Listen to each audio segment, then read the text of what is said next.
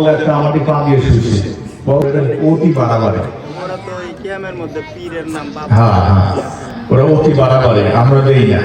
আরেকটা প্রশ্ন হয় যে কদম বুসি যে করে, কদম বুসি করাটা আসলে কিভাবে নিয়ম? কদম বসি ওই কথা কি কয়?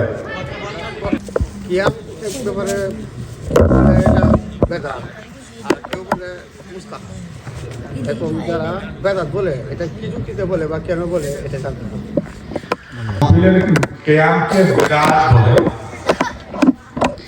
তাদের কথা হলো রাসূল কারীম সাল্লাল্লাহু আলাইহি ওয়াসাল্লাম এর সাহাবী হযরত আনাস রাদিয়াল্লাহু তাআলা আনহু বলেছেন, লাম ইয়াকুন শাখসুন আহাব্বা ইলাইহি মিন রাসূলিল্লাহ সাল্লাল্লাহু আলাইহি ওয়াসাল্লাম ইলা আখিরিল হাদিস, যে আল্লাহ নবীকে সাহাবীদের চাইতেও কেউ বেশি ভালোবাসতো না, আর সাহাবীরা আল্লাহ নবীকে দেখে দাঁড়াইতো না।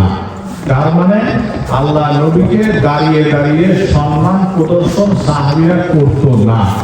এই হাদিসের উপরে